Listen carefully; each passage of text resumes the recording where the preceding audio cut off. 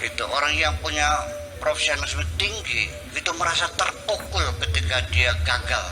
Ini Pertamina dulu pernah orang Jepang tuh bikin tangki Pertamina miring tuh, bunuh diri di Hotel Garuda tuh. Iya, itu orang-orang profesional. Jadi tidak bisa tidak bahwa profesionalisme itu harus kita miliki semuanya itu. Paham, Pak? Yang keempat, ketulusan hati kita ketika berderma. Jangan ada petek cilik, jangan ada udang di balik batu. Kita tulus dan ikhlas. Ini yang perlu saya urai sedikit karena penting sekali, bahwa jangan terburu mencatat pahala-pahala atas kebaikanmu. Ya, silakan koreksi dulu ini sedekah saya benar atau tidak. Saya tidak akan menguraikan dengan bahasa filosofis yang muter-muter semakin tidak paham, tapi dengan percontohan saja nanti bapak-bapak paham sendiri. Suatu hari ada orang datang kepada saya minta bantuan, bukan minta duit, minta bantuan, pinjam, bukan minta, pinjam 2 juta buat beli obat, lagi sakit anaknya. Saya kasihan, terharu, masa nggak ditolong. Dan dalam hati saya, kalau untuk berobat, untuk makan, pantang dipinjam itu, harus dikasih. Kecuali buat modal ya. Jadi pinjaman produktif, pinjaman konsumtif itu mesti dibedakan. Kalau pinjaman konsumtif dimintai bunga, riba, haram hukumnya. Tapi kalau iya dong, kalau produktif ya bagi untung dong. Ini ada gimana lagi? Kianya kudu ngaji mana gitu. Jadi haram makan kape yang pentingin. Iya, masa saya uang 1 miliar 5 tahun kemudian dia sudah kaya raya dikembalikan 1 miliar lagi? Mana mungkin terjadi? Iya kan? Ya bagi untung namanya, musyarakah namanya itu. Nah, niat saya mau saya kasih sajalah 2 juta. Saya masuk kamar tidur, buka lemari, ngitung duit 2 juta. Ada yang berbisik di telinga saya. Katakan saja namanya setan lah. Aduh, temen Buya, apa sih? 2 juta kan 4 kintal. Siapa yang ngomong tuh? Saya bilang nggak ada urusan. Aku hamba Allah, uang dari Allah, yang lagi butuh juga hamba Allah. Nggak ada urusan. Ngapain intervensi begitu? Ya udah deh, I'm sorry katanya. Sorry, Mak.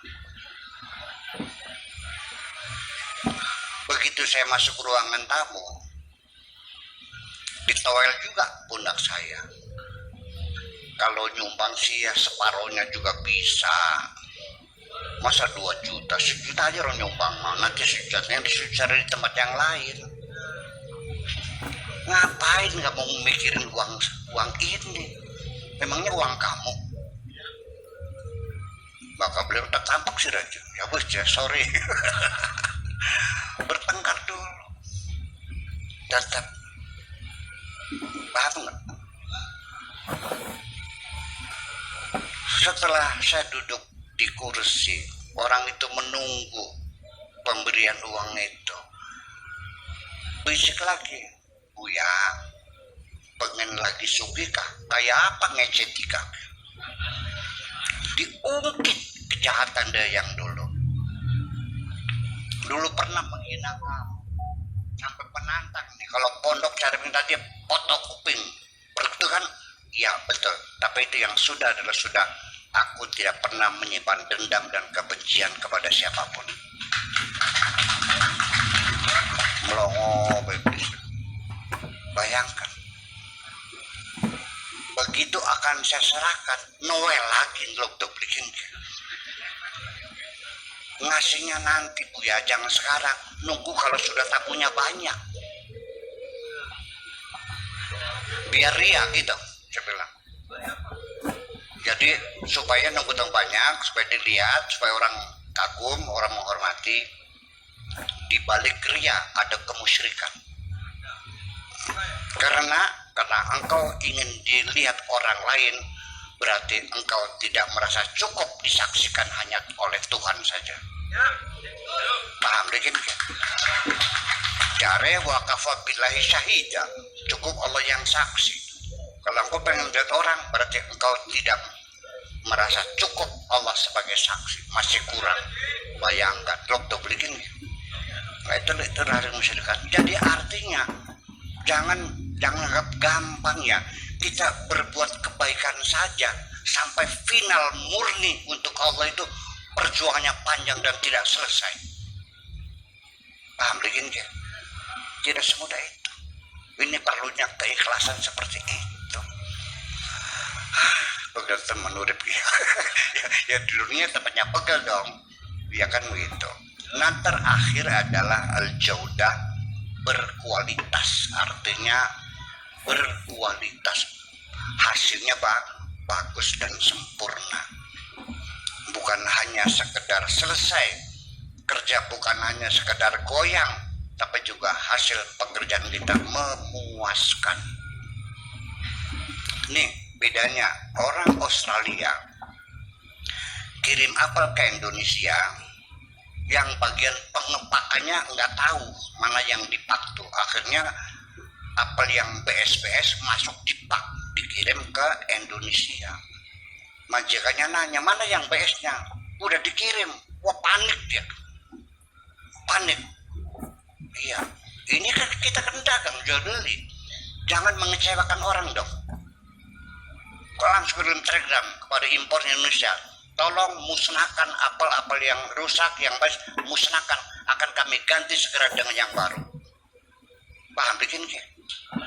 Nah itulah al-jaudah, sempurnaan, kualitas dipertahankan. Maka wong dagang belum nih jati barang mah, orang jual mangga di jati barang, yang bosok-bosok di bawah, yang bagus-bagus diborong oleh orang kaya Jakarta secepon-ceponnya. Alhamdulillah payu kabeh.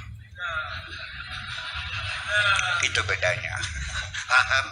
Nah jadi artinya cobalah kita tanamkan sifat semacam itu supaya kita menjadi orang yang terhormat, yang disegani, yang tersanjung dan sebagainya. Nanti sampai mati juga akan banyak orang yang menangis kehilangan dirimu itu. Ya, dan yang mendoakannya kayak Nabi sampai sekarang sama. Ya, Syekh Syarif itu sampai sekarang orang mendoakan, betul nggak? Ya iya, Kanjeng Nabi sealam dunia mendoakan dia.